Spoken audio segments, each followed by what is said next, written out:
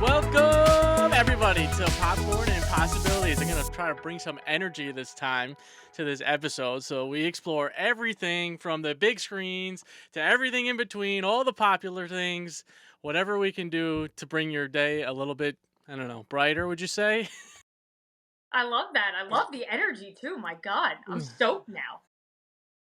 So I'm Brian, I'm and Steph. today we're going to dive into some classics. Uh, She's All That in particular. And see if it still withstands the test of time, you know? But I wanted to start off just kind of, see where we're at right now. So I had an interview today and Oh, I was like thinking about it and I'm like, does anybody ever really think they interviewed well? And also, it's 2025 and we still run the same fucking format. Like, yeah, you literally ask 5 questions that are pretty much the same question, just, like, reworded. So yeah, for me, like, I felt like I was saying the same thing over and over.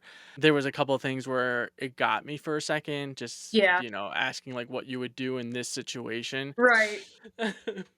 Yeah, I think we need to put the star method or whatever the hell they call it to bed permanently Yes. because here's my beef with interviews. Let's Okay. have some real Dive talk into for a it. second. The thing about interviews is you are supposed to go in there and present the best version of yourself, right? Right, But it right. is not the best version of yourself. It is the best version of the person you think they want to hire for a job. Yeah. So if you go in and you're your authentic self, half the time they're like, nah, you ain't it. And if Right, you right, go in right. there and you're not yourself, but you fit the mold for what they're looking for, you may land that job. And then when your actual, your personality, your tendencies, your handling methods, whatever, come out and your true colors show, they're like, oh God, we made a mistake. And then you find yourself in an arguably more awkward position because now you're probably not meeting your benchmarks or whatever the case may be, or your boss is like, this person's a fucking idiot. And now you're at odds with your boss. I Right. don't know.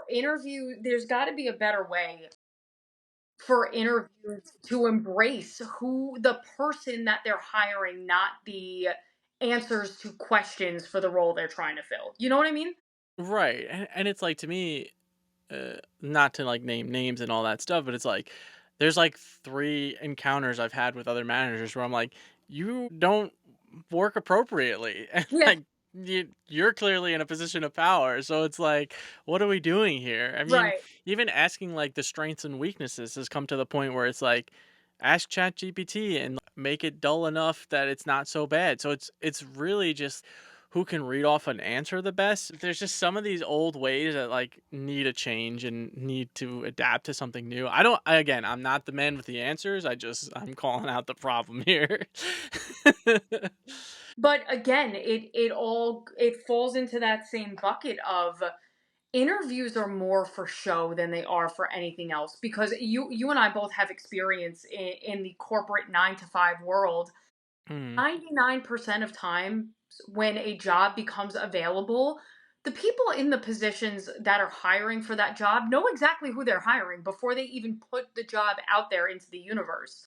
right. What they go through this whole interview process and it's even worse, pre-work process The pre-work as a is the horse and worst. pony show because at the end of Right. the day, even if the person they want doesn't have the best pre-work or maybe they don't have the best interview or maybe they don't have the most relevant experience, it doesn't matter.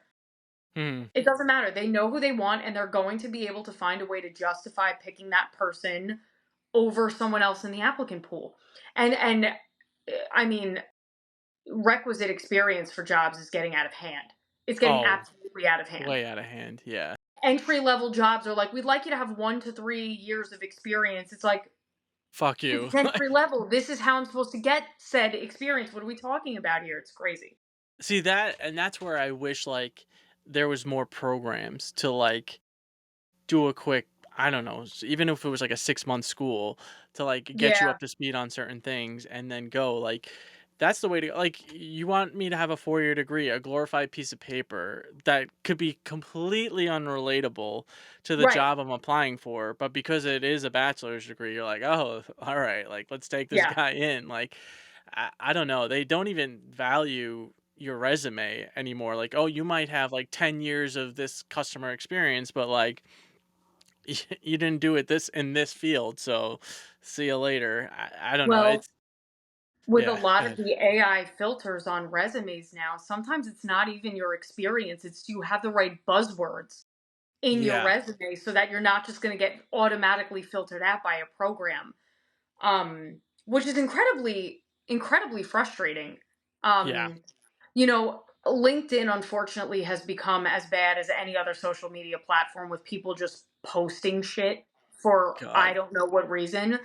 But yeah. you do see a lot of stories allegedly from recruiters that are like, I had someone's resume get rejected 4 times. On the fifth time, I actually called and spoke to them and realized they'd be a perfect fit for the role, and so on and so forth. And while I think half of these are like either rage bait or they're completely fabricated to give people some false sense of hope that, like, no, we really are doing the legwork on the back end or whatever the case may be.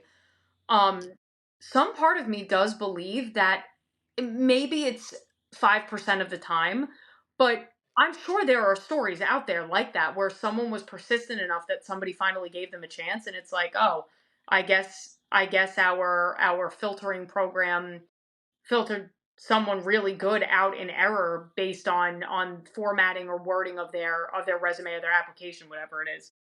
No, it's definitely true. I mean, my brother-in-law just recently got a new job, and when he was being recruited, the recruiter had said, like, "Listen, your newest title is not like" I don't know, I forget the term he said, but it was like it wasn't eye-popping enough, like, Yeah. you need to, like, reword it and change it to this, and then it'll be more of an appeal, which I'm like, Yeah. Okay, that's, like, dumb." But you're right, like, LinkedIn is so flooded now, and there's, like, not even real jobs on Yeah. there that people are Yeah. posting, so you're just kinda giving it to random I don't know what, and I don't know who ghosts you more, like people out there in the dating world, you can let us know who gets ghosted more on an online app or LinkedIn recruiters because it'll be like, "Hey, you're interested? Schedule this." You do, and then they don't show Nothing. up. It's like, what, why? Why do this? That or they'll reach out to you and be like, "Hey, I came across your resume. I think your skills would be a perfect fit for this job." And then you look at the job and you're like, "I don't have any experience in this field. What were you reading exactly when you reached out to me?" I don't even have a license in this field. Right. So many times I Mhm. have gotten things for the health field Oh, in general. 100, yeah. Mhm. And I always ask, I'm like, "Wow, I really appreciate you reaching out. Do you need healthcare experience for this?" And they're like, "Yes." So I always say, like, I appreciate you again reaching out, but my resume has not a lick of healthcare experience on it, Mhm. so I really don't think I'm the right fit. And then they ghost you after that. But I don't know. It's a scary world, and you know, LinkedIn has become almost kind of pervasive in a way with people sending inbox messages and then sending follow-ups to their inbox message like, "Bro, I don't know you and I don't owe you anything, let alone a response to your paid consultation about, leaders in the industry or whatever Right, the hell right. you're trying to sign me up for. I don't know who you are. I have no connection to you or your company. Why are you sending me 6 messages It gets demanding I crazy. respond?" And it's Yeah. all hours of the day too. Like, Mhm. I'm sorry, I work 9 to 5. I'll give you a little bit of a window outside of those hours, but other than that, I'm not doing double duty working to keep up with your inbox and inquiries. It's just craziness. I can't. Yeah, I was like I had one at one point was trying to look for like a side job to do. And so like I got caught up in this one, I don't remember the company's name, and it was like, "Oh, come to this meeting, we explain what it is, and then if you're interested, like you whatever, you can sign up and blah blah blah." It basically was a Ponzi scheme when it turned Yeah. all said and done. So, whatever, I sat through it just to kind of hear him out. I literally right after it, I got 5 texts. "So are you interested? Blah, blah, blah, blah, blah, blah." Like, I didn't answer, and then the next day hit again, and I was like, "I'm not interested." So then, Yeah. like, a week later, I get a call, and the guy's like, "Hey, like, I just wanna go over." I'm like, "You don't need to. Save your breath. I'm done. I don't want it. I'm Yeah. good." And he's like, "What's the reasoning?" And I'm like, I don't like to be mean." So I just Yeah. was like, I decided I'm gonna hold off for now." And he was like, "Okay, okay." He calls, like, for 3 weeks straight.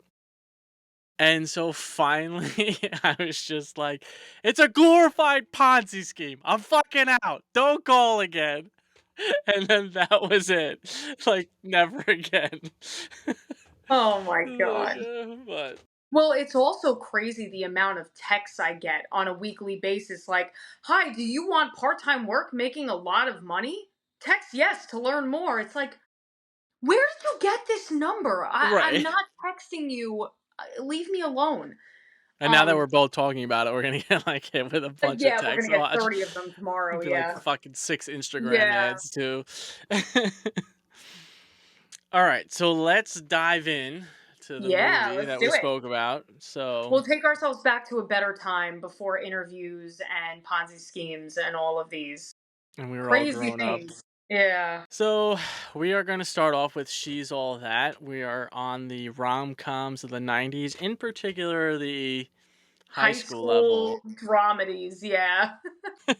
Not to sound creepy, but yeah, like that's where we're Well, going. me and Brian felt it was high time to unpack some of the tropes that defined this genre of movie and for Mhm. us kind of defined our generation because we were growing up. What's crazy is when these movies came out, I was not yet in high school. This is what I thought I had to look forward to in high school, which looking back, there was nothing to look forward to portrayed in any of these movies that we're going to dive into over the next couple of episodes. Yeah. She's All That was one of the first that I can remember Mhm. came out in 1999. So we're Mm. going way back. Way back. Yeah, way back. Yeah, we were. Wow. I was like trying to think. I was doing the math in my head, like how far we were. Okay, I don't want to Yeah. age us here, so Yeah, I'm I'm I'm gonna leave trying it. I'm trying to keep myself young here, but let's just say I wasn't in high school yet. You can Yeah, leave the rest to and your go from imagination. there. Yeah. All right, so I'll start off with the ratings, Okay. and then we'll go from there. So Rotten Tomatoes is a 41%. Yeah. Yikes. Popcorn 55%. IMDb is 5.9 out of 10. The Metascore was 51 and the user score was 6.9. Um, so everybody listening to the show, we actually have our own method of scoring. So it took us a while, and originally we had called it the cloud score, and then we were like, Steph was like, "Duh, it's called the weather Or forecast." So yeah, we're calling it the forecast, and the basically the way it's rated is we have watched terrible movies so bad that we want a rating of 0.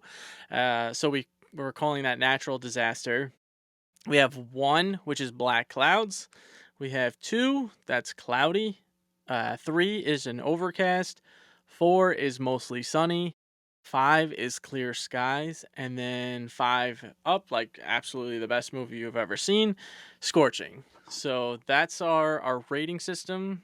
We'll introduce it a couple of times so you kind of get the hang of it. But that's where we're at, to kind of keep it fun, keep it new. So, Steph, why don't I you? also like it Yeah. because it kind of gives a little more loosey goosey ambiguity than just saying it was a 2. You're right. Like, if Yeah. you say it was cloudy, that could be anywhere from, 2.1 to a 2.9. 1.1 to a 2.9. I mean, a 1.9 to a 2.9. You know what I mean? Yes, everything in between. So why don't you start us off? Why don't you, this was your first recommendation. I have It not was. seen the movie. So, I have seen this movie so many times that I don't even think I needed to watch it again to know it backwards and forwards, but it was just so much fun that I couldn't resist. Um, so let's let's kind of dive into the trope that is going to be a common theme over the Mhm. next several movies that we're going to unpack. So, your setting is going to be a high school somewhere across the United States of America. Yeah, I think they leave it very nondescript. They imply that it's usually California ish. My point, they very seldom do they say we are in, Daytona, Florida, USA or something like that, because the whole point is for this to be relatable to people in that age demographic. I think they were aiming for middle high school. Let Um me see so if we get it. Keep oh, talking. if I'm gonna see if all we can right, find if there. Yeah, yeah, pinpoint a location. Okay, cool. yeah. So you're going to be in high school. There's going to be a group of very popular kids. There are going to be the nerdy No, you're outcast right. kids. Malibu, California. California. Yeah, Yep. Um, you can tell by the weather in most of these that it must be California because no matter what's going on, it's beautiful out. But anyway, true, true. so group of very popular kids. Then you're going to have at least one of your protagonists is going to be a weird, nerdy outcast, usually female Yes, protagonist. usually, yeah. Okay. With So a male best friend, I feel like always. usually a male best friend, yes. Hmm. So you are going to be thrust into a world where something has gone on with one of the more popular kids. They just got broken up with, they're bored, their best friend puts them up to it, whatever. But somehow, some way, they are going to end up being tasked with making the weird, outcast, nerd, aggressive girl be the prom queen. Hmm. These movies always are centered in high school and they almost always take place around prom. Yeah, true. And Yeah. that is pretty much your baseline setup is some popular boy is going to make some unpopular girl the prom queen. Now there are variations, slight variations and nuances between each different movie, but Hmm. that's usually the central thesis of the plot line that we're going to be talking about over the next couple weeks. Yeah. She's all that is exactly that. You've got Zach Seiler, baby. It's Freddie Prince Jr. We're in a time where Paul Walker was just getting his start. He plays Dean Sampson. He's Freddie Prince Jr.'s best friend. And without talking through each frame of the movie, Freddie Prinze Jr. gets dumped by the most popular girl in school, Taylor Vaughn, his girlfriend. She basically goes away for, I think the implications is like spring break or it's a girls' weekend or something. I don't remember. So I was gonna say, not to cut you off. I was gonna say it was Daytona, and there was the real world The real world, episodes. right? And like I have like a vague recollection of like MTV. It's like MTV Raps or MTV. There was like that show Yeah, that used yeah, to have like MTV Spring Breaks, and that was like the right. exact location. So it was definitely like something along those Along lines. those lines, yeah. That Yeah. that was the vibe I got. Mhm. But she goes away on this trip. She ends up meeting her new boyfriend, Matthew Lillard, who plays Brock Hudson, who is just a wild and he's probably the most fun character in the whole movie. But she breaks up with Zach. So most popular girl in school breaks up with most popular boy in school.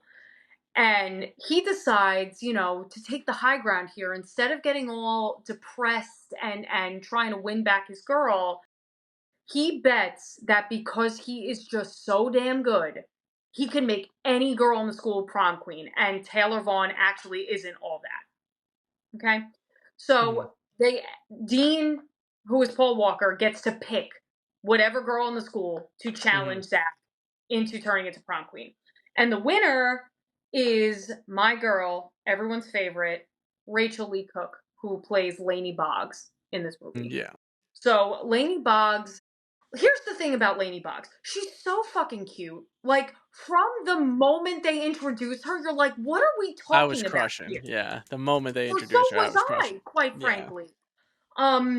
But she's super cute, but you can tell she's got a little bit of an edge to her. She's not she's not got a ton of friends. She's got like one male friend she's super close with. Not for Um, nothing too, though, her glasses weren't even that nerdy.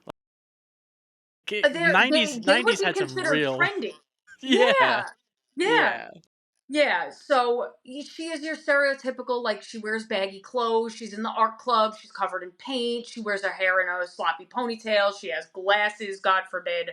Mhm. And Zach decides he's gonna make her prom queen. So the movie kind of takes you on an adventure of him basically learning how to interact with people socially Yeah. and Yes. understanding that you can't just be like, I'm the most popular guy in school, want to go out. Like, you have to get to know people on a personal level. You have to put the work in to establish a friendship with someone, earn their trust, build some kind of relationship. And then as it goes, he ends up falling for her. And, at the end of the day, Lainey does get the nomination for prom queen after spending some time with Zach. But what you start to see is that Taylor's friends realize that, like, I actually like spending time with Lainey way more because she's not a complete fucking raging asshole. Um, and the school starts to realize that maybe Taylor's I'm hot shit persona isn't the only thing that there is to aspire to or to look up to or to want to be or be with. Mhm. And they get to the prom at the end after Lainey undergoes her earth-shattering makeover of wearing makeup for the first time, getting a haircut, and taking her glasses off. Um, where she still looks cute, but she looked cute in the beginning, as we've established. So I really don't understand what was accomplished here. Yeah. Mhm. And that comes up in every single one of these movies. It's like you change the way the girl dresses and you take their glasses off, and suddenly they are the hottest thing to grace the halls of the high school. And not really anything significant has changed other than their glasses are not on anymore. It's very strange. But Yeah. um so this is how you spend most of the movie is you're going to the beach with Lainey and Zach, and you're going to a house party with Lainey and Zach, and you're getting to see them get into each other's heads and kind of build this relationship. And also of note, Kieran Culkin is in this movie, which I did not Right. even realize until this rewatch, because when I was in my prime watching this movie, I didn't even care who he was. But he Mhm. plays Lainey's brother, Simon. So Simon builds a relationship with Zach, and everything seems to be going his way as it relates to the terms of the bet. It seems like she's got the prom queen nomination. He's nominated for prom queen, for prom king. He's going to ask her to go with him, and it seems like he's going to seal the deal. And then Dean comes along because he's trying to sabotage his friend here and decides to out this whole thing to Lainey. And he tells her, Zach doesn't care about you like that. You were only a bet, which culminates in one of the most uncomfortable scenes ever because it's just so sad and awkward and uncomfortable. But yes, Zach owns up to it. He says, "Yep, he's not lying. It's true." Right. However, and he goes on to try to explain that like it's more than that now. That's how it started, but Lainey wants none of it. She doesn't want to hear it. So the whole movie culminates at prom. So Lainey ends up going with Dean. Zach ends up taking his sister, Mackenzie, who rules, and is also played by Anna Paquin, who was another huge actress at this time. And they go together, and Zach's whole plan is, I want to win Lainey back. He ends up standing up Taylor, which is actually pretty funny. Um, prom. I blame this movie. We have to talk about this now. I blame this movie for all of my unrealistic expectations for how cool prom was going to be when I was growing up, because prom sucked. In my 100%. opinion. In Yeah. my experience, it was a glorified, like, I don't know, dance, like a school dance. I know that's what prom is, but you know Yeah. what I mean? Like, it was like the middle school dances that used to take place in the gym, just in a nicer venue, and people were dressed better. That's the only way I know how to describe my experience. Yeah, it just, like, didn't leave any kinda lasting impression, Yeah, yeah. like, there was Meanwhile, This school's got Usher, by the way, as like their MC of the school, which how does that work? I don't really know. He does like the daily announcements every day and somehow knows every detail about every student that attends this high school. Very Yeah, and it's weird. like, are you even in high school, or are Yeah, you just, like, do you even always go here? here? They Yeah. don't explain it at all. You're just meant to accept it. And as in my youth, when I first saw this, I absolutely did. I'm like, hell yeah, maybe I'll get. Who else was big at the time? LL Cool J. I don't know. I Yeah. was like, maybe I'll get somebody cool at my prom. No. Er So not only is Usher their MC and DJ at the prom, but he ends up telling them, "All right, guys, you're gonna do this dance I taught you."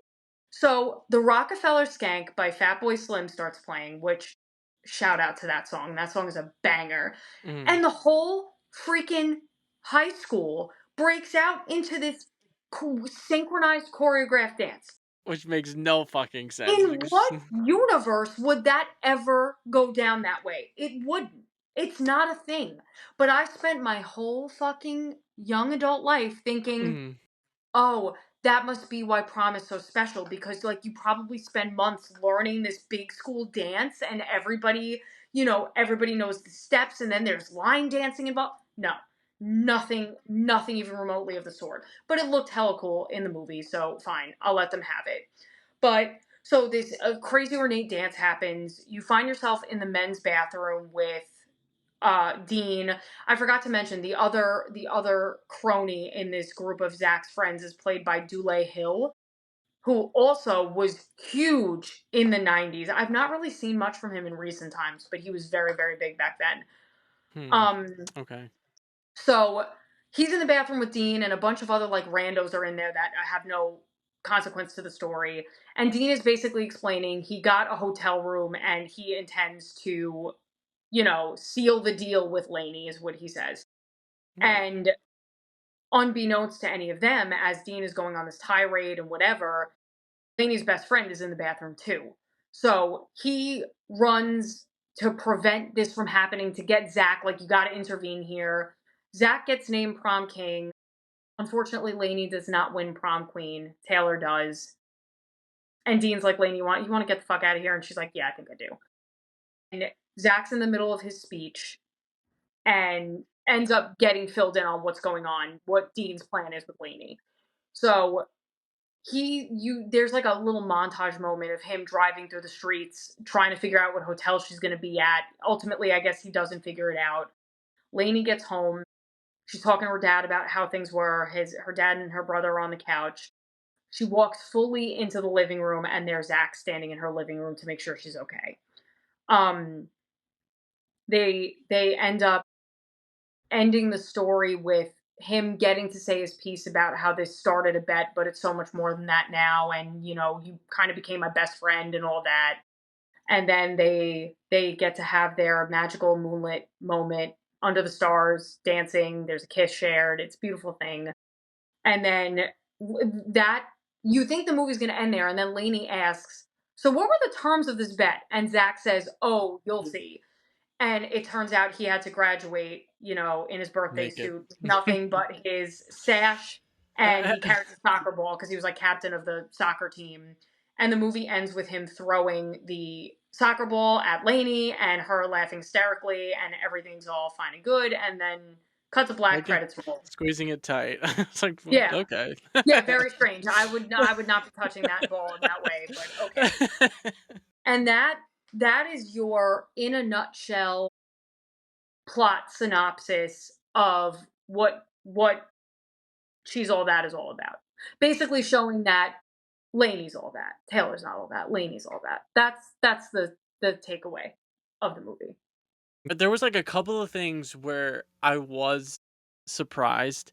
I feel like usually the best friend has the crush on the girl, so, like, Lainey's best friend, I thought initially, like, "Oh, he's gonna have the crush or whatever," but it didn't go that route, so I was like, "Oh, okay." Which I feel like that's very cliche of, like, a lot of these movies. Yeah, Um that's a really good point. That was a refreshing note on this one. Her best friend was truly just her best friend. Mhm. Um and he was there to kind of root her on to, explore. putting herself out there and being involved in other people, and he was just very supportive. Everybody would hope to have a best friend like that as they're going through high school. How I feel anyway. But yeah, oh yeah, 100%. And typically there's always like the main dude has the best friend who is always completely unhinged, like probably needs a anger management and probably a future AA meeting because it's just like always gets to that level. I don't know. The couple of different other differences, I really like didn't find Lainey to be likable at all.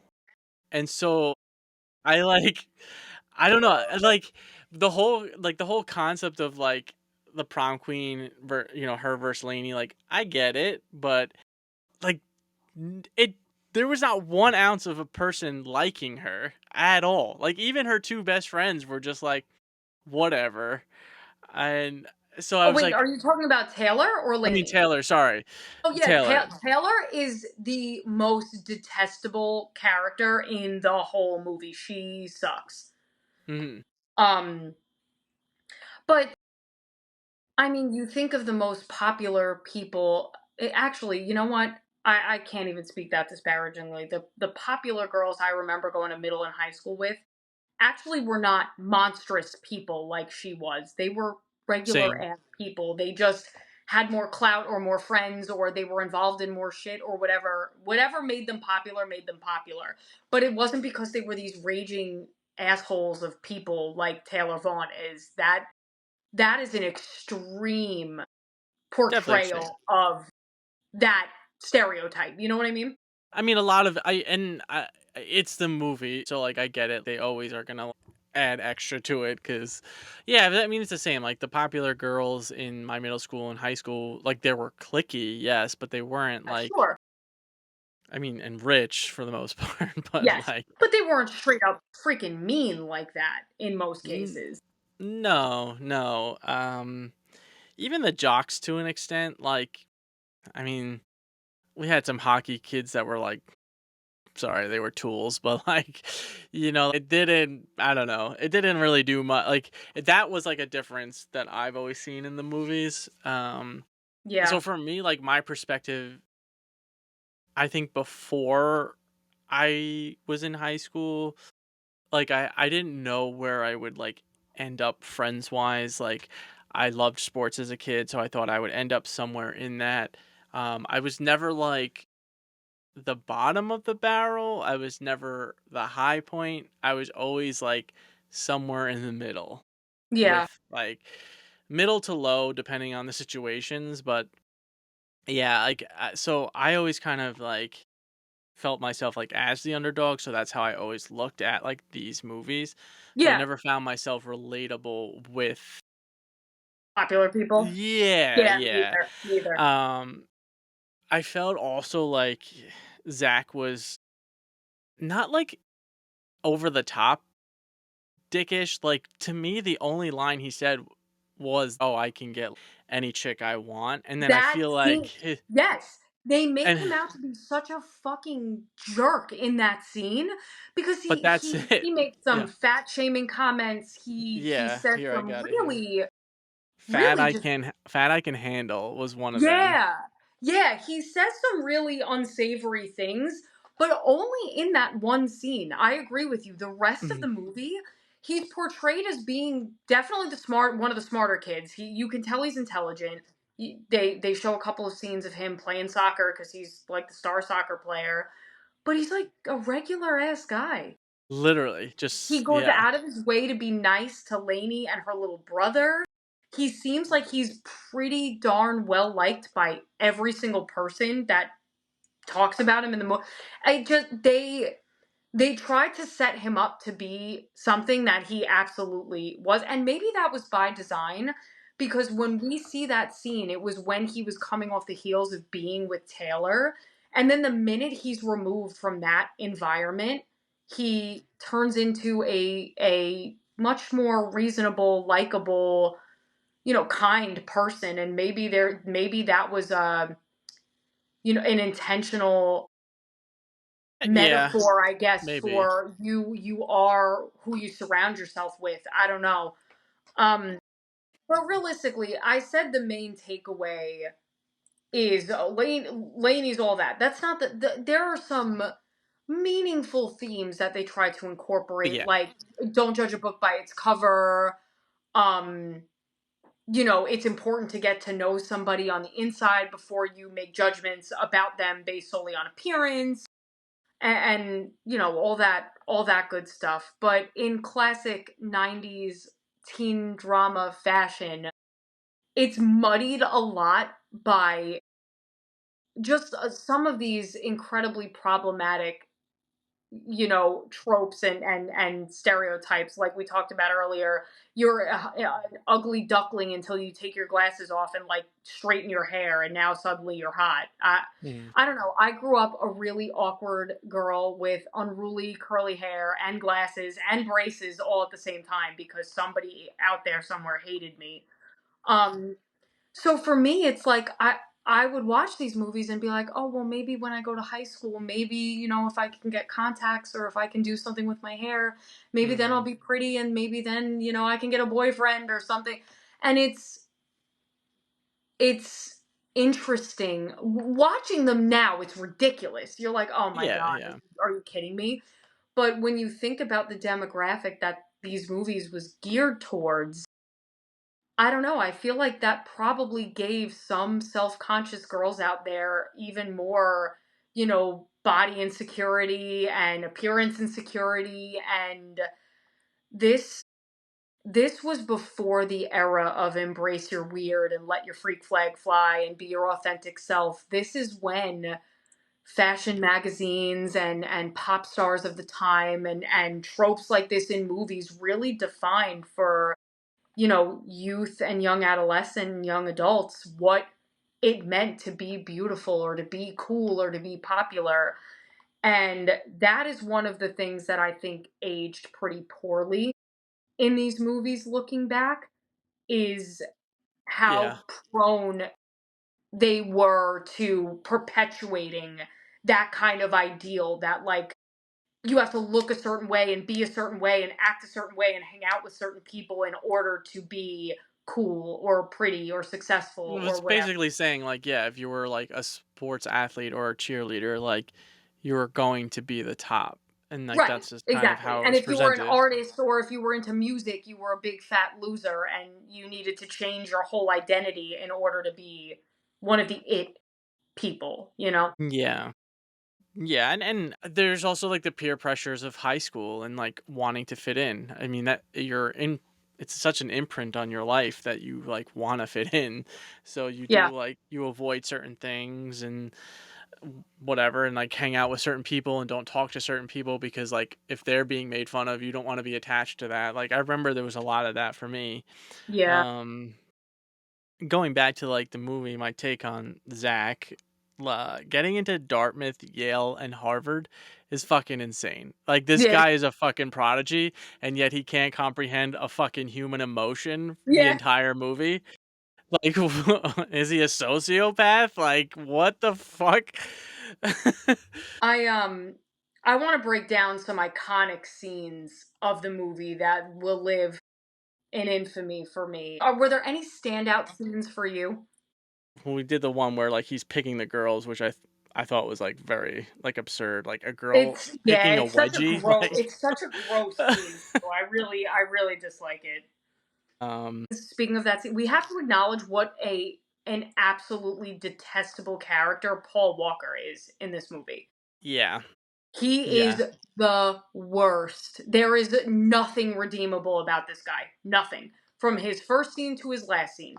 Just a which hurt jerk. me because I love I him in know. the I Fury. know. I know. And I mean, listen, that goes to show range in his acting because he doesn't always play a misogynistic, absolute piece of crap jerk, but Yeah. he sure did in this movie, and he played it pretty damn convincingly. So, I would say with, like, his character, I just kinda was confused, it felt like, "Okay, we gotta fill out the prototype of this '90s rom-com, but, like so we have to throw you in," but there was just, like, nothing like, I thought he had the girlfriend in the beginning, but then he didn't, and then, he like, all of was a pretty sudden yeah, he was pretty inconsequential to the plot in the grand scheme. Like, he is the plot setup that says, "I bet you can't make any girl prom queen," and then he picks the girl, and then you don't really hear about him for most of the rest of the movie until he comes in to sabotage the whole thing at the end. Yeah, like he was like you're looking at him and you're like, "Oh, you're clearly the bully." So like I Right. expect to see some bully scenes of like where you push somebody. Then you like you should have had him be the bully to to Simon, right? The kid, the Simon, brother. yeah. Like that would Yeah. have made more sense. You added these like two random kids for like no fucking reason. Like Shermanator from American Pie and the other Yeah, kid yeah. with kill artist or kill art, whatever Yeah, the fuck he yeah. said. Like the eating the pubes was fucking random. I was just like, That but anyway, yeah, yeah. No, yeah, I I totally agree. Totally agree. yeah. So I just felt like you could have just if he was the bully, you should have shown it more.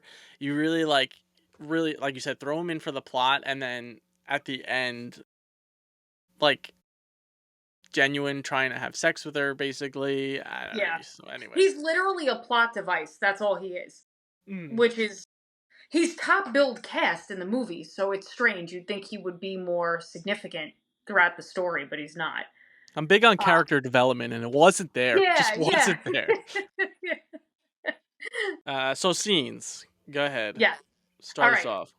I have a couple iconic ones. So we already kind of talked about prom, so I'm not going to Hmm. go through that again. But I would say the prom scene is iconic. When I think of high school prom as portrayed in media, that is the first one I think of.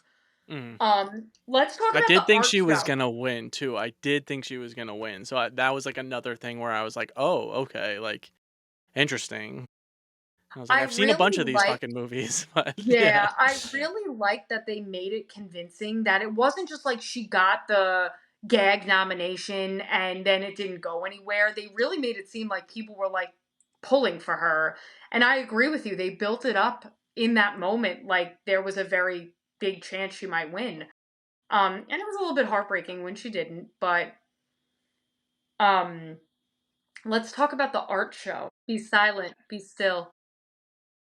That I have to tell you, since I first saw that movie, that scene lives rent free in my brain, and Hmm. I don't know why. But everything from the the guy like bursting out of the pod in his Yeah. underwear to the be silent, be still to Zach with the hacky sack, like absolute cinema from that art show scene. I have to say, It's just like, um, was the director just hate artists? Like, I this don't is know, the scene you decide I to don't know. show what art is? Like, and does she says like towards the end, oh, when he decides like, oh, I'm gonna go to school too to be more of the performing Performance arts. art. Yeah. So, and then it's like, and then she's like, oh, you're not an artist, so why would you do the art? But then like you were in an art show, like you were literally in that first scene or whatever. So I don't know. It was an interesting thing, and then that I feel like is a common theme with like the popular kid in school, the pressure from the dad to Yeah. go somewhere and like the kid not being able to open up to his dad. So like to me that I felt relatable. Like not this pressure of going to a school, but just like not having that like dynamic to be able to run like ideas. So I Yeah. will say like that is like the most relatable I found Zach. But yeah, the the art scene was definitely a interesting take, to say the least. I do have to say, I actually like the callback in the end when he says he's thinking about going to school for art and she says, "You don't take art," because I think that was meant to be a Mhm. callback to their first scene together. When he's like, "I really Okay. want to talk to you." And she's like, "About what?" And he said, "Art." And she's like, "Art? You don't take art." And Okay. she goes into like, "I've never seen you in any of my classes or whatever." So I think that was meant to be like an endearing moment Tie of look back. how far our friendship has come and a tie back to the earlier part, or at least that's Okay. how I interpreted it. So I No, found it to that's be good. very Yeah, cute. Um, but okay, we agree. Art scene iconic, great. yeah. Um, the my next two and probably the other two big ones because we already talked about prom at the end. So when Mackenzie goes to give Lainey her makeover, Okay, so yeah, yeah. you're kind of up in Lainey's room. You see her tweezing her eyebrows. She's wearing makeup for the first time. Mac is like, "This haircut is whack. I'm gonna fix it for you." And then she goes to show off the final product. And she says to Simon and to Zach, "I now introduce the new, not improved, but different Lainey Boggs." Cue Kiss Me by Sixpence None the Richer. Yeah. And just the suspense of waiting to see her come down the stairs and like, what is this grand reveal going to be? Um, that song has been one of my favorite songs probably for longer than this movie has been around. Um, Not that much longer because the song came out around the same time. It was very popular when this movie first released, but my god, there is nothing more picturesque in my mind than that song playing and her coming down the stairs in those shoes and that dress. I don't know.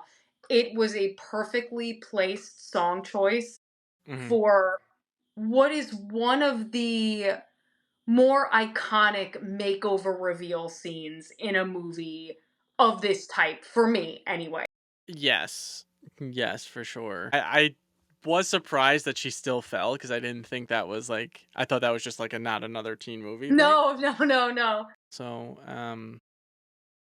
I was trying to think as the baggy pants on Simon was hysterical, but that was just a side note I had.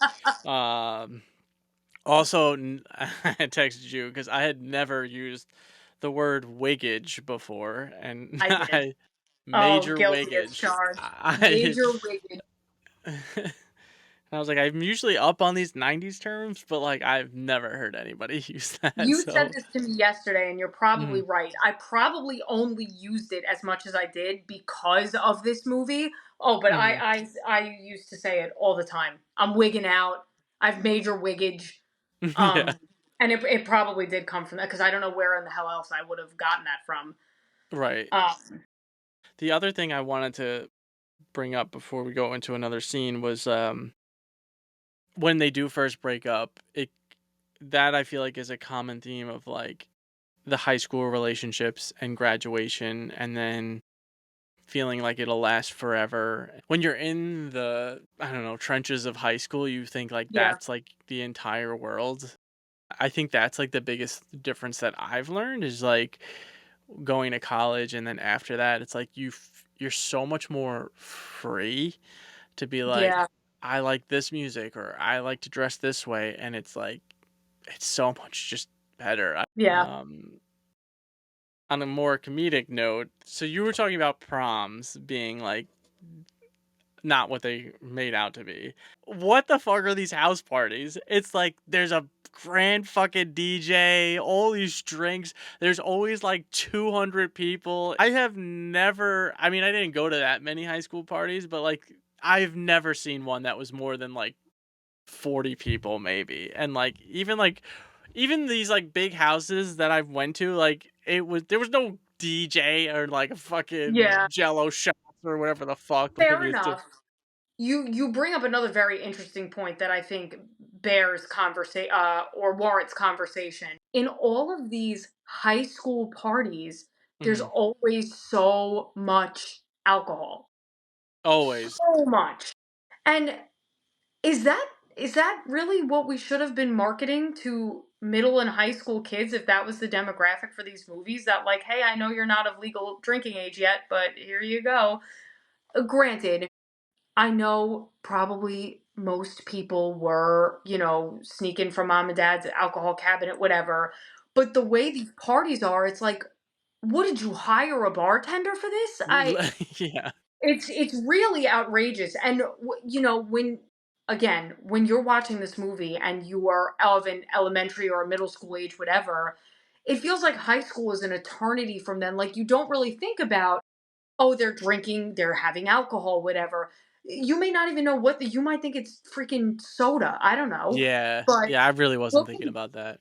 I wasn't either. I was just like, "Oh, yeah, they have a drink. That makes sense. They're at a party." but Mhm. I didn't know what the hell that meant. I was just saying shit. I was young, whatever. But you think about it now and you're like, shit, there was a lot of underage drinking going on in these movies, like a lot. Yeah. Um, It was a club. It was basically a mini club yeah, as a yeah, house party, and it yeah. what no.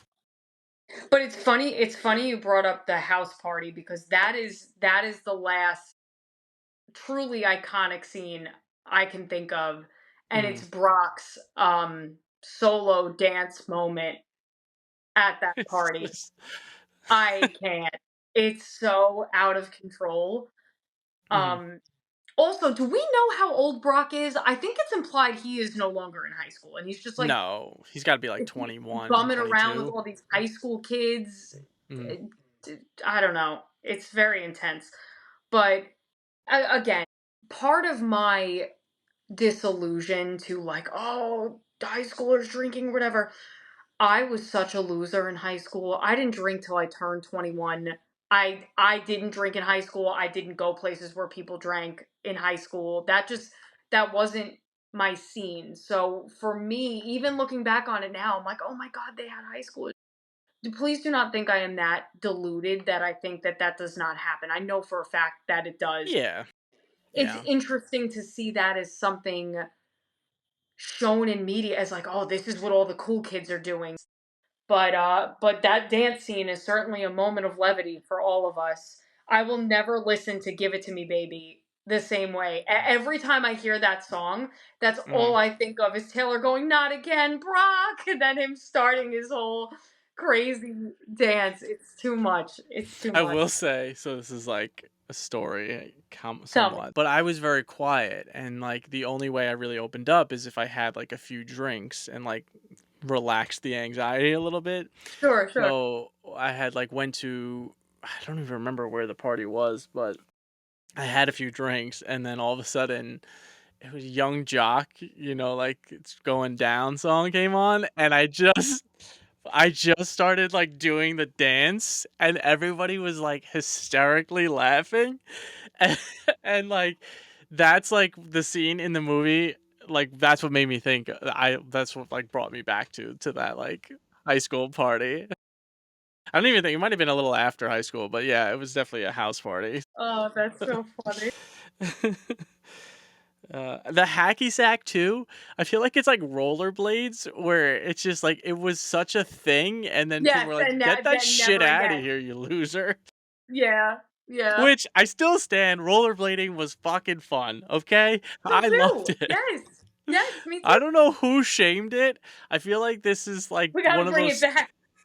Yeah, like people shit on Creed, and we didn't know why. Like this is like rollerblades. Like why are people shitting on rollerblades We're gonna have to make this popcorn possibilities and rollerblades, I think. and and rollerblades? Just do the next one on roller skates. There was a couple of things I Yeah, had yeah. here. Shit and frisbees was an interesting line. Oh my shit, yes. That's I wish I wish more had come of that. I wish that had really caught on and become like a phrase because it Mm, is very funny when you hear it for the first time. It's like, who the hell says that? But yeah, she'll shit frisbees. shit I love it. frisbees, and check out the Bobos. I have never heard boobs referenced as Bobos in my life. No, same here, same here.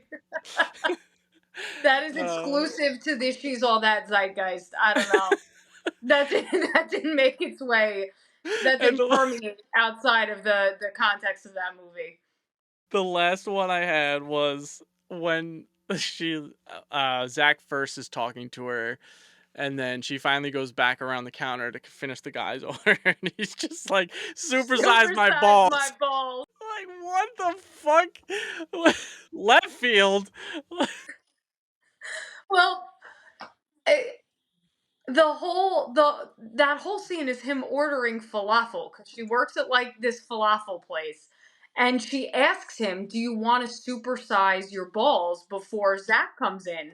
And he's like, "Oh, that's a crazy decision. Do you perhaps have a sample ball I can see?" Like, It's just this old man saying the word ball over and over and over again.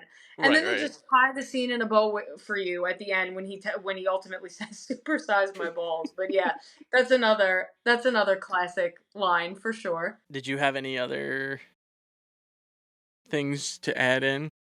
I mean, really, one of the most lovable things about this movie is what a time capsule it is into that late 90s, early 2000s era, if you will. Like, you think about the cast alone.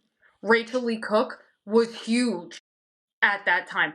I don't know much of her work before She's All That, but she was an it girl after that for sure. Mhm. She was in a lot of movies in this time period. She was in Josie and the Pussycats, which is another one of my Oh, shit, yeah. all-time favorites. Yeah. Freddie Prinze Jr. is another one that like took off after this movie. He was in a ton of stuff in that very late 90s into the early mid 2000s area. Um Gabrielle Union, my Yes. god. She was in this, she's in 10 Things I Hate About You, she's in She's All That. She Bring it is in on. a ton I said that's what I meant. We're talking Yeah, about She's All yeah. That. I meant to say Bring It On. Yeah, yeah, yeah. She's in a ton of this particular like subsect of movie, but Mhm, she went on to become a very very popular actress throughout the years. mhm. Um Paul Walker, unfortunately, we lost him very early in his life, but he went on to be a very popular actor as well. Mhm. Usher still So confounds me, random. but somehow is in the movie. Dule Hill, we talked about earlier, was in a ton of stuff in that era. So Matthew Lillard, King, Yeah. was huge in that time. I can't think of the guy's name, but the best friend, Jesse, Yes, Lainey's best friend, was in yes, Daredevil, and he was actually in Mighty Ducks originally when he was right, much, much younger, right. which just kinda shows you, like, the amount of time that some of these people have been doing Yeah, this. yeah. Um Like, you talk about a stacked cast for that period of time. Right. Just but it's funny because not many of those actors are still at the height of their popularity today. Like, Yeah. they may still be out there actively acting and pursuing things in the acting world or in the field of the performing arts or whatever it is, but these are not names you're seeing as top billed casts. And then there's the soundtrack. Yes. Like, the soundtrack is pretty freaking iconic. You've got Sixpence None the Richer, you've got Fatboy Slim, there Liz Phair is on that soundtrack. Black Eyed Peas are on that soundtrack. Jurassic 5 is on that soundtrack. Like, just a bunch of artists who were at the height of their popularity in Mhm. that time frame. So again, you listen to it, it's kind of a time capsule. You're going back, but Yeah. in a really good way for me. It's nostalgia. It's my adolescence. It's some songs that I still would pop on a playlist today because I still love them. I feel like Um, Slim was, like, in so many of those movies. he was huge, huge in that late '90s time period. 'Cause even, like, Uh, action movies, it was just, like, always, like, part of the trailer or Weapon of some shit. Choice was Yeah. in like countless trailers, but the Rockefeller Skank, which is the one off this soundtrack, Mhm. I think that's a highly underrated song, at least Yeah. in the scope of people who I've talked to. I think that song is a bop. Yeah. And Oh, yeah. every time I hear it, Mhm. well, now I think of my wedding because my bridal party walked out. They entered to that song. Which is So awesome. first my wedding, but right behind it is Usher at the prom, and she's all that. So yeah. Mm. Alright, so there's probably a Shall couple we more things we score it? can go into it, but let's go into the scoring, yeah, yeah. Okay. So, go ahead, give me your score, because 'cause I'm curious All right. how high you So rate it. I feel like I feel like I have to give. a qualifier for this score because I have my score for it, but then I have where I think it actually scores as a movie. So, Yeah, I'm with you. I This is where the troubling thing is with these kinds of movies because it's hard to grade it. Is it a great movie? No, but like in terms of like the nostalgia aspect of it and things like that, like that it makes it tough. And then when you're comparing it on a scale to like something like a Fight Club or Inception or whatever, like you can't be like, "Oh, this is a 5, this is a 5. What the fuck are you doing here?" I don't know. It's always like a tough thing, the grading system, but and, we'll say this now, we'll say this 100 times. Grading, forecasting, scoring, whatever you want to call it, it's extremely subjective. So, I will always say this, I'm going to say it now. We always encourage you all, don't take our word for it. Go watch movies, consume media, music, TV, movies, whatever, and make sure you're forming your own opinion on things because I think the way you end up selling yourself short and missing out on some of the things that might end up being your favorite things is if you let a critic or, couple of guys podcasting over here or you know, some online rating site don't let taint somebody your rob you of opinion. something you might like Right, is the bottom right. line. That's right. That's right. Go out there, watch what you want to watch, form your own opinions. Hey, if you want to get in on our conversation, you can always engage with us. We are at Pop and Pos Pod on Instagram and on YouTube. So Mhm. find us, engage with us, tell us, get involved in the conversation, tell us what you think. But on that note, I think if we are if we are comparing this against just movies, It's tough. it I is. agree. It is because I feel like these have to be rated in their own subgenre because like if you put this next to Fight Club, it's Right, not even close. Or right. Inception or any of these. I mean, these are some of our favorites, but you all know Mhm. the movies that define genres or are really groundbreaking in the space. This is not that. It's just not. So But you if you're also rating, like you have yeah, like you have to think about it like when you read a book, right? Like if right, you're reading an action-packed book and it's constantly things are happening, it's going to be different than if you read a biography that's slower and just like interesting about the person's life. So you have to kind of like take that into context where like you can't compare it to it's just it's two different type of right, movies, I right. guess. So So yeah. I think as a movie, this probably falls in your overcast bucket. Like it's not great, it's not awful.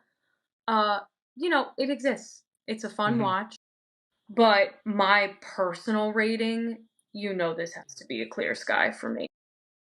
I know it's got its problems. I Mhm. know it's not a perfect movie. I know there are things about it that are completely unrealistic and strange in some cases. But on nostalgia and vibes alone, Right. this is one of my favorites. This is for this genre, it ranks very high. I've got a couple other favorites in the pipeline, but this is definitely up there for me. It's just a fun watch, and like you said, you feel good at the end. It gives you that happy ending. It's not a fairy tale ending necessarily, but it Right. doesn't end on a note that makes you feel incomplete or sad or frustrated. Everything wraps up real nicely. Um, and it's a nice movie to kind of turn on and forget about the real world, even though the real world is featured in the movie, and just kind of have a good time watching it and going back in time and enjoying it for what it is, I'll say. I think that's a fair assessment to be honest because you're right. Like is it the best movie? No. And now I have never seen it before, but like I used to love watching these kinds of movies because they're just like you said, they're not heavy. And now in today's world where like everything is so dark and dramatic, like it really is like a time period piece in a way, but like Yeah.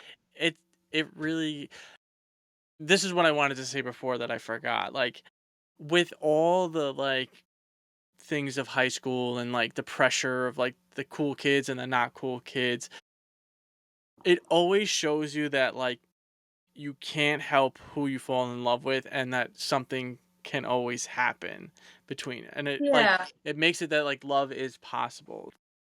I'm stuck with this because I agree. Like, is it the best? No. So it would be like in the overcast range. But for me, giving it on a 90 scale, it would be like a clear skies to me. Oh, cool. So we're on the same page. Yeah. So that's that. I don't think we haven't decided which one we're gonna go down next. But we do like this trend. Yeah. Yeah. So again, I we thank you guys for listening and checking in and talking your ear off. We hope you had a nice car ride to work or just casual listen while you were working or doing whatever you were doing, working out, whatever the case may be. I am Brian, And I'm Steph. and we are Popcorn and Possibilities. Until next time.